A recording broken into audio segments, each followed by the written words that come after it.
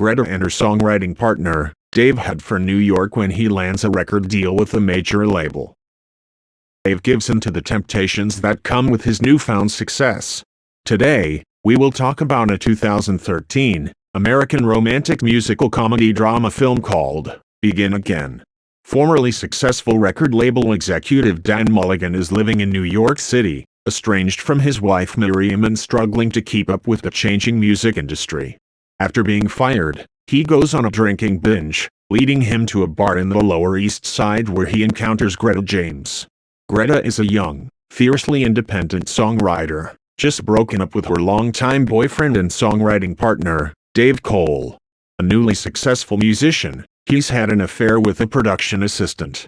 Captivated by Greta's music, Dan offers to sign her to his former record label, and although she initially refused, she reconsiders and agrees. Dan and Greta meet with Saul, Dan's business partner and co-founder of the record label, but he does not see the same potential in her, turning her away. Undeterred, Dan proposes they produce their own album together, to be recorded live during the summer at various public locations around the city. Recruiting a team of talented musicians, including Steve, who is a busker and an old best friend of Greta's, Dan sets out to make an album worthy of being published. During this time, Dan and Greta bond both personally and professionally, and she takes his teenage daughter Violet, a fledgling guitarist, under her wing and encourages her to play on the album.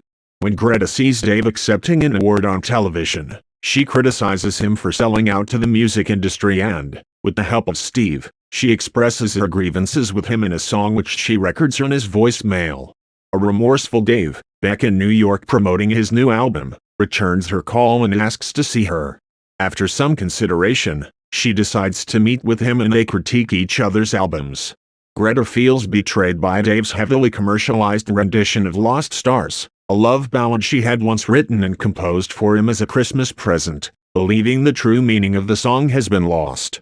He tells her the audiences love the way he plays it, and that their energy fills the room. He believes that music is about sharing it with people, but Greta insists it's not what she intended for that song. Nevertheless, Dave invites her to come and hear him play the song at the Gramercy Theater that weekend so that she can see how his fans react to it. When the album is finished, Dan and Greta meet again with Saul, who is very impressed with their collaboration. She demands Saul give Dan his job back and her a bigger share in the deal. They leave without reaching an agreement, but Dan feels confident that Saul will eventually sign on Greta. Later, after receiving a text message from Dave reminding her of his concert and much consideration, Greta arrives at the venue just in time to watch Dave play her original arrangement of the song. Watching him play, Greta is happy to hear their song as they envisioned it but realizes it still doesn't change anything and they've both changed. She leaves the concert and lets him go, cycling through the city with a feeling of newfound hope and closure as Dave sees her leave and completes the original version of their song. Afterwards, Greta visits Dan at his apartment as he prepares to move back home, having made amends with his wife. She tells him that she does not want him to release her album, instead preferring to distribute it online for $1. Although Dan returns to work with Saul, he agrees to let Greta release the album online and helps her to promote the release, and the movie ends with Saul jokingly firing Dan for promoting Greta's album and informs him that it sold 10,000 copies in its first day of release. Thank you for watching and listening. Consider subscribing to the channel for more movies. See you again soon. Until then, stay healthy and happy.